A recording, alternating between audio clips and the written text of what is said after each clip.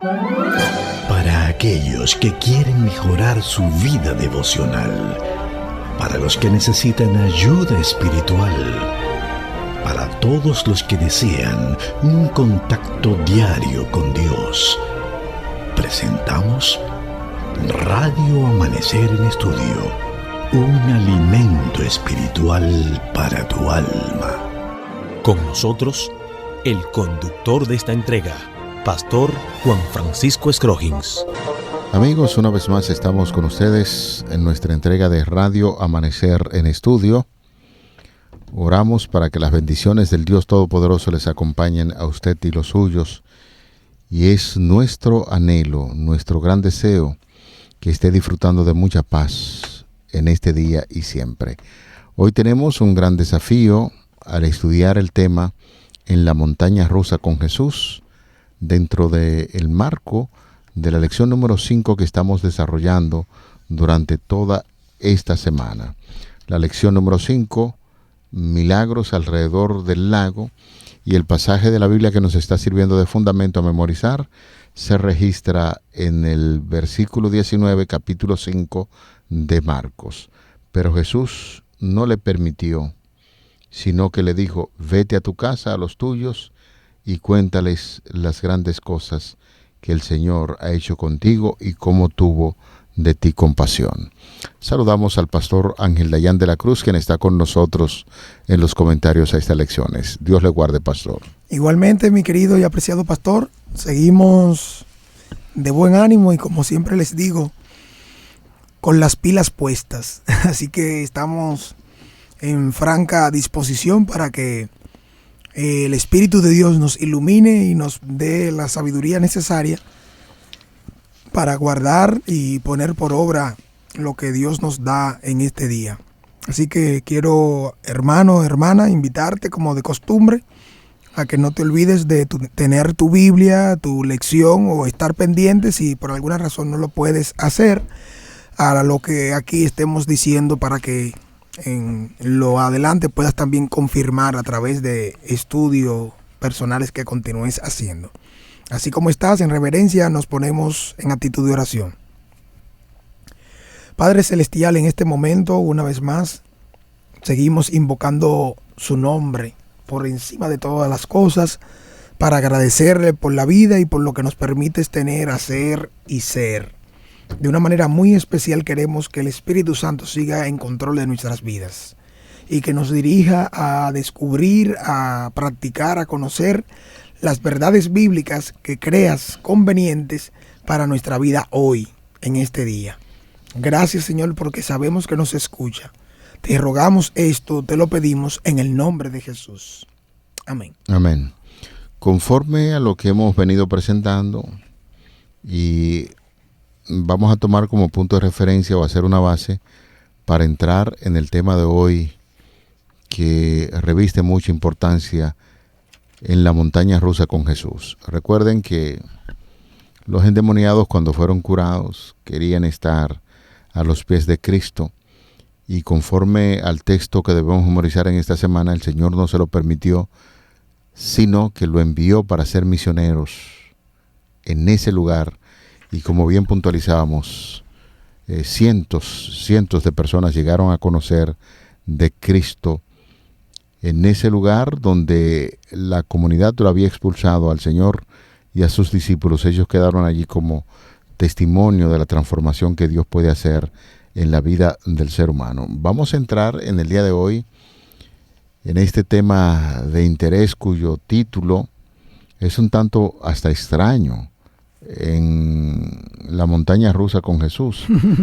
Estuve buscando aquí en la internet el término de montaña rusa y veo aquí algunos toboganes que tienen muchísimas curvas y cosas por el estilo, y de hecho la internet define la montaña rusa como que debe su nombre a esas diversiones desarrolladas durante el invierno en Rusia, donde existían grandes toboganes de madera que descendían con trineos deslizables por allí por la nieve.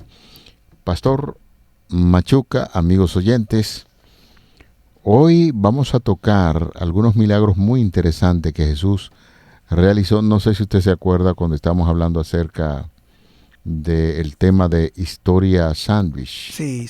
En el capítulo 3 de Marcos estuvimos analizando ahí esos relatos en paralelo o en opuesto que pueden darnos una enseñanza a través de las acciones que los protagonistas o los que son parte del relato ejercen. En este caso también lo vamos a ver en el caso de Jairo y la mujer del flujo de sangre en sus diferentes acciones. Algo se nos puede dar a entender de una manera más puntual a medida que analizamos en el análisis de este día. Efectivamente, vamos al relato bíblico. Será importante que los amigos den seguimiento a lo que vamos a citar a continuación en Marcos capítulo 5, los versículos del 21 hasta el 24. Pasando otra vez Jesús en una barca a la otra orilla, se reunió alrededor de él una gran multitud y él estaba junto al mar. Quiero puntualizar algo de ese versículo. Hay regiones que votan a Jesús, no quieren saber de Jesús. Sencillamente le estudiamos por la pérdida económica, pero cuando le pidieron a Jesús que se fuera de ese lugar, el texto dice que cruzando a la otra orilla, allí se reunió mucha gente para darle la bienvenida a Jesús junto al mar.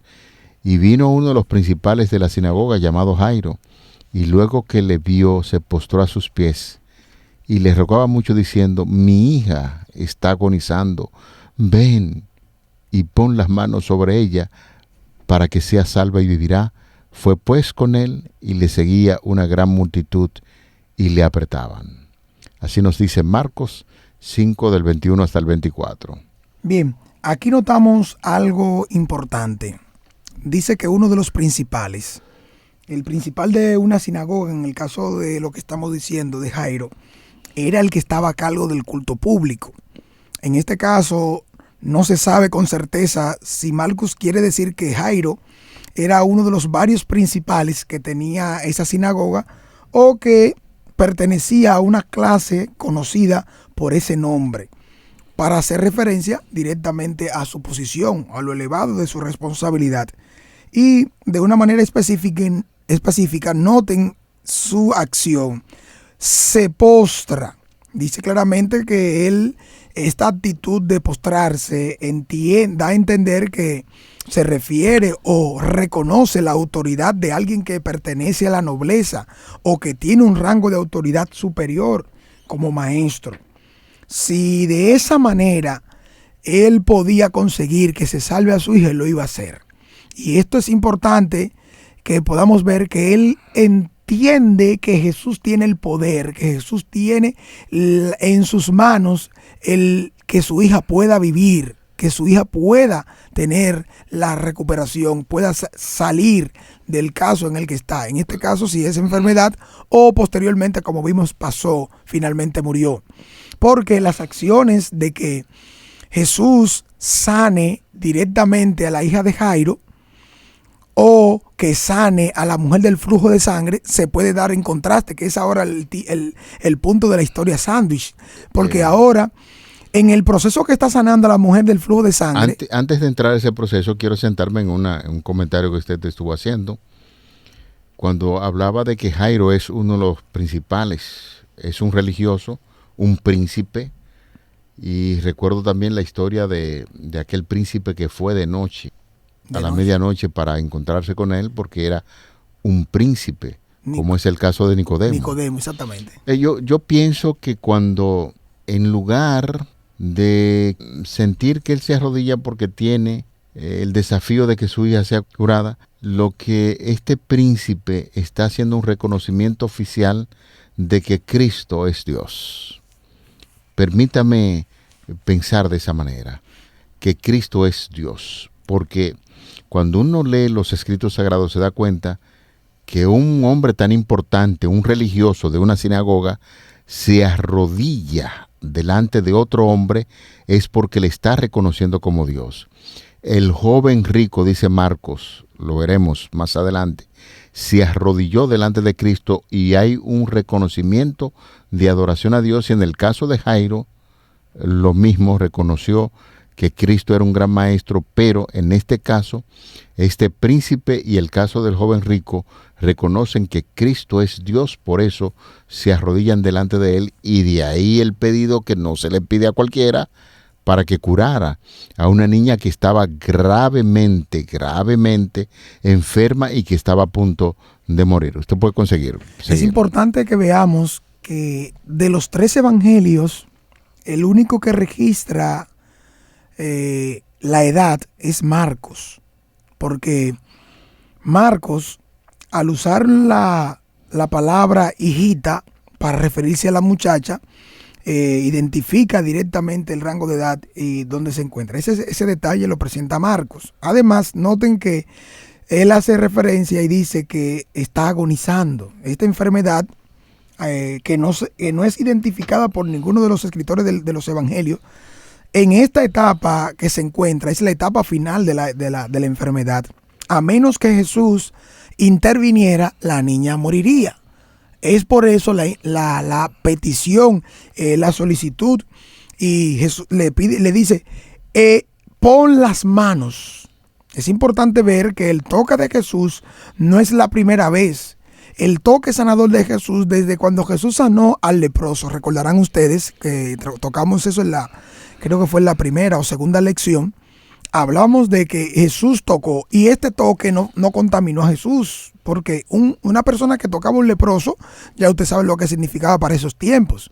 Pero el toque de Jesús es un toque sanador, restaurador, regenerador. Y el poder de Dios por encima de todas esas cosas es a lo que el padre de la niña está aludiendo.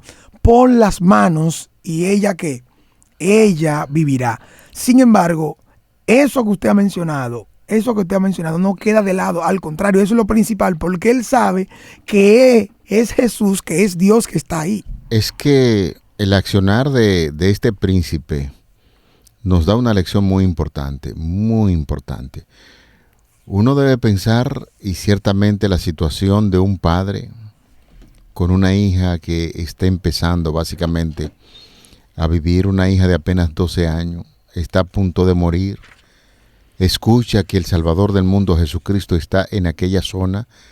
Señores, es un pedido urgente. Va, reconoce que Jesús es el Salvador. Le dice, yo sé que tú puedes sanarla, Señor.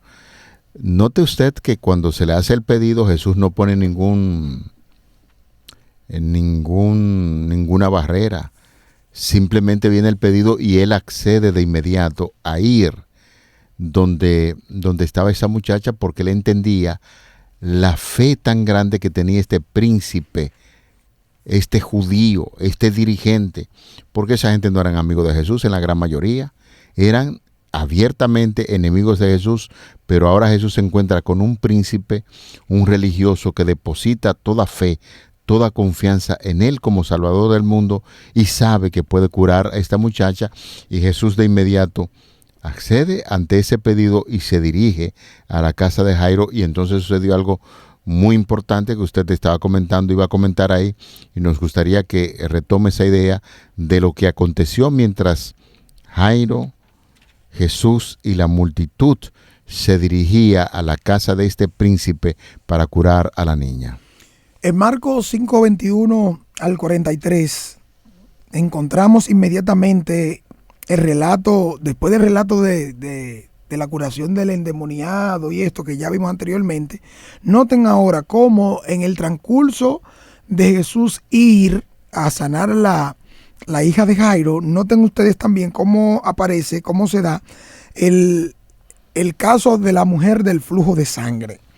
Marcos, que es el que nos presenta de manera típica este tipo de historia sándwich que hemos mencionado en el capítulo 3, aquí se da entonces en paralelo cómo estos dos personajes en acciones opuestas de una u otra manera denotan que los resultados hasta irónicos son, pero Tanto Jairo como la mujer acuden a Jesús en busca de ayuda. El jefe de la sinagoga con una situación aguda, en este caso su hija que está a punto de morir, y también la mujer que con una situación crónica lleva 12 años también sangrando. Realmente aquí vemos dos extremos y Jesús de una u otra manera atiende la condición crónica de la mujer. Aquí veamos cómo se dan los relatos en paralelo. En el caso de Jairo y en el caso de la mujer. El caso es muy interesante porque uno se imagina que cuando esta niña nacía, aquella mujer estaba empezando a cursar esta enfermedad de flujo de sangre. 12 años tiene la niña, la mujer tenía flujo de sangre durante 12 años. Mientras Jesús se dirige a curar a la niña, entonces se produce un llamado. El Espíritu Santo toca la vida de esta mujer y entonces acude a Jesús. Porque siempre que la gente acude a Jesús, el Espíritu Santo hace su obra. Y esta mujer que había gastado todo el dinero en asuntos de médico, sin ningún tipo de esperanza, solamente miró a Jesús y dijo, si tan solo tocare su manto. Es decir, que mientras Jesús se dirige para hacer un milagro, sanar a la hija de Jairo, entonces tiene una mujer que está minada de fe, que no impidió que Jesús hiciera una parada. ¿Qué podría pensar la multitud y especialmente el padre desesperado porque cada instante, cada minuto, cada segundo que pasa, sabía que la vida de su hija estaba en peligro? Sin embargo, Jesús se para y entonces viene esta mujer cargada, repito, minada de fe, y toca su manto y de repente se produce la curación. Jesús nunca llega tarde. Jesús, donde hay necesidades urgentes, donde amerita el asunto de la emergencia, Jesús está allí y cubre. Y como esta mujer tenía una emergencia de tanto tiempo, al tocar el borde de su manto, se curó y sucedió algo muy importante. Una multitud que aprieta a Jesús, una multitud que está desesperada para que Jesús llegue a la casa. Jesús se para y dice, hay alguien que me tocó. Alguien me tocó. Y Pedro, como ese discípulo que siempre estaba ahí, dice, pero Señor, aquí hay una multitud y tú dices que ¿quién te toca? Y dice Jesús, sí, porque virtud de sanación ha salido de mí. Y entonces la mujer se vio descubierta y ya no podía callar más la obra maravillosa que Jesús había hecho en la vida de ella. Mire cómo se ejerce fe. Esta mujer había pensado para sí, si tan solo tocare su manto, quedaré sana. Por eso es entonces que cuando a ocultas la mujer toca a Jesús, o no a ocultas, sino de espalda a Jesús, encontramos entonces cómo sale virtud. Cuando toca a Jesús, su flujo de sangre se detiene inmediatamente y sabe que está sana. Es importante eso. También reseñamos que en términos fisiológicos podemos imaginar que antes de ese toque su hemoglobina en sangre había bajado bastante, quizás hasta 7 o 8 gramos por decilitros o menos. Fíjense que con el milagro su hemoglobina alcanza inmediatamente un nivel normal entre, en el caso para la mujer, 12 y también 16 para las mujeres. Es decir, su sistema vascular necesita una curación inmediata para soportar el aumento de esa carga. Sin duda alguna, al instante se siente estimulante, bien, y puede también no puede echar hacia atrás y tampoco decir que profundamente esta sanación ocurre por otra cosa. No, es que lleva 12 años en esta condición. Lleva 12 años en esta condición. Las mujeres que padecen un tipo de condición tal, mire, es una vida, es una situación difícil. Es una situación difícil. He escuchado personalmente damas que han estado por años, pero nunca había escuchado a alguien decir que por 12 años. Tremenda situación esta. Miren el paralelo que se da acá. Aquí encontramos a Jairo, para que denotemos las acciones de cada uno. Un hombre, notamos a la mujer, en este caso la del flujo de sangre. Fíjense que Jairo es un dirigente de la sinagoga. En el caso de la mujer, por su condición, es excluida de la vida religiosa. Además, Jairo se presenta ante Jesús. Sin embargo, la mujer se acerca a Jesús a espalda de él. Noten cómo ve a Jesús, Jairo, directamente, y miren ahora cómo la mujer escucha acerca de Jesús. Además, comienza en público y concluye en privado. Ven para que toque mi hija y ella sanará. Empieza en público y vemos cómo concluye en privado. También la mujer comienza en privado, pero concluye en ¿qué? Público. En público. Además, vemos cómo hay un sanamiento final y en el caso de sanamiento inicial, en el caso de la mujer. Penúltimo, el caso es agudo de la mujer, de la hija de Jairo, y en el caso de la mujer es un caso crónico. La hija de Jairo, como usted bien dijo, pastor, tiene 12 años de edad y también la mujer tiene 12 años padeciendo de este flujo de sangre.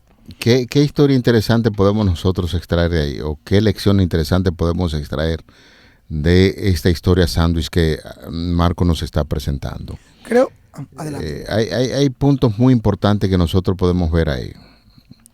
Lo primero es que ante las necesidades del ser humano Jesús no se detiene. Así es. No importa lo que esté por delante. Ya habíamos dicho que esta mujer tenía una necesidad urgente, 12 años sufriendo. Jesús se detiene y para y le sana a esa mujer. Sin embargo, la desesperación del padre, pensando que su hija se iba a morir, quería apresurar a Jesús. Señor, rapidito porque mi hija lo necesita. Y luego viene la mala noticia, señores, la mala noticia. La gente se le acerca y le dice, mira, ya no molestes al maestro porque tu hija está muerta. Sabemos que la muerte produce en cierto sentido inmundicia. Por eso hablábamos acerca de aquellos que vivían en la tumba, los endemoniados. Ya la preocupación ahora quizás de este padre es que su hija ha muerto y ya Jesús no va a ir a ese lugar. Sin embargo, Jesús obra de una manera tan maravillosa y es así como lo presenta la palabra de Dios. El descanso, el sueño, Jesús lo veía de esa manera cuando una persona moría. Se lo dijo más adelante, después se lo dijo a Marta y se lo dijo a María. Le dice que esta muchacha no está muerta, sino que está dormida, pero él va a despertarle. Y uno se imagina, pastor, cuando llegaron allí a la casa de Jairo, que Cristo empieza a hablar de esa forma, mandó a sacar a todos, y cuando le dice que la muchacha estaba durmiendo, quizás algunos se burlaban, quisieron ridiculizarlo, pero el autor de la vida, el que tiene el poder para levantar a los muertos, está allí. Y entonces Jairo y los que le acompañaban, que en este caso Pedro, los 3 discípulos que pertenecían al círculo íntimo de Jesús, entraron allí a la habitación y se produce el milagro de la resurrección. Fíjese que esas personas, al burlarse de Jesús, el ambiente no sería propicio para la gran obra que se realizaría. Y más que mostrar, ejercer fe y confianza en Cristo, implica una entrega total y sin reservas. Si usted se acerca a Jesús como quien duda, como quien no confía, la obra no se realiza. Por eso usted vio cómo en el relato se presenta el toque de fe de una mujer que tiene 12 años sufriendo, y vemos cómo la multitud le apremia, le empuja, y como quiera, el milagro se hace en el caso del toque de fe. Ahora bien, en el caso de la hija de Jairo, noten ustedes que en los tiempos de Jesús el verbo dormir era un eufemismo para referirse a la muerte, algo semejante a nuestro uso de la expresión descansa. O sea, descansa significa lo mismo que cuando queremos decir que la persona está muerta. Cuando uno hace esa referencia, ya sabemos entonces que ha fallecido. En el caso de Jesús, no podía estar usando la terminología de esta manera, ya que habría equivalido a decir no está muerta, ha fallecido. En este caso Jesús emplea la terminología y lo que Él va a hacer, lo que Él va a realizar es lo que da entonces el punto más alto, y es que por encima de la muerte está el poder de Dios. Por encima de lo que el ser humano puede pensar y hacer está el Dios al que entendemos, comprendemos por fe y confianza en Él, que eso y más puede realizar porque lo ha venido haciendo sobre los controles de los poderes del mal, al Él ordenarle, mandarle, al resucitar muertos, al liberar a los poseídos del enemigo. No es de extrañar la risa de las personas que están allí presentes porque saben que está muerta. Pero Jesús, el Dios donde está la vida, sabe bien lo que tú necesitas en este día, en este momento. Es así. Por eso, cuando Pedro, Santiago y Juan, que están acompañando a Jesús, reiteramos, de su círculo íntimo, junto con sus padres, Jesús declara entonces que ella no está muerta, sino que está dormida. Hace salir a todos los plañideros que habían allí, plañideras o plañideros que eran personas pagadas para llorar en ese tiempo, y declarar que ellos están enlutados, y se dirige a la habitación donde está la niña muerta. Tomando su mano dice, Talita cumi. Marcos traduce estas palabras, niña, a ti te digo, levántate. Y la palabra talita significa en realidad cordero, y pudo haberse tratado de una expresión cariñosa acostumbrada para designar a un niño en el ambiente del hogar.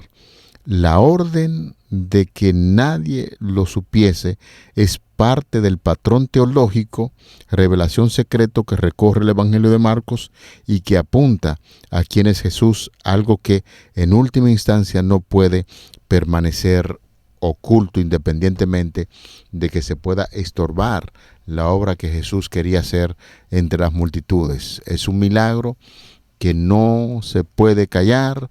Nos imaginamos que al salir de allí la multitud y todo el mundo salió glorificando a Dios por la obra maravillosa que se realizó, y esa es básicamente la idea que nosotros hemos estudiado en el día de hoy en la montaña rusa con Jesús. Maravilloso. Qué maravillosa lección. Vamos a orar. Padre, gracias te damos en este día, porque tú eres bueno, para siempre tu misericordia. La historia de esta mujer de flujo de sangre y la historia de esta niña que Jesús levanta es una historia para fortalecer nuestra fe.